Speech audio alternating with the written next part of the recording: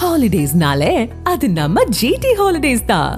GT Holidays, South India's #1 travel brand. You know you are special when you're with GT Holidays.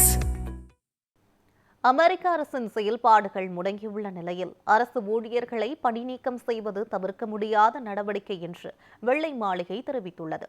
அமெரிக்க நாடாளுமன்றத்தில் செலவின மசோதா நிறைவேற்றப்படாததால் கடந்த 7 ஆண்டுகளில் முதன்முறையாக அமெரிக்க அரசின் செயல்பாடுகள் தடைபட்டுள்ளன.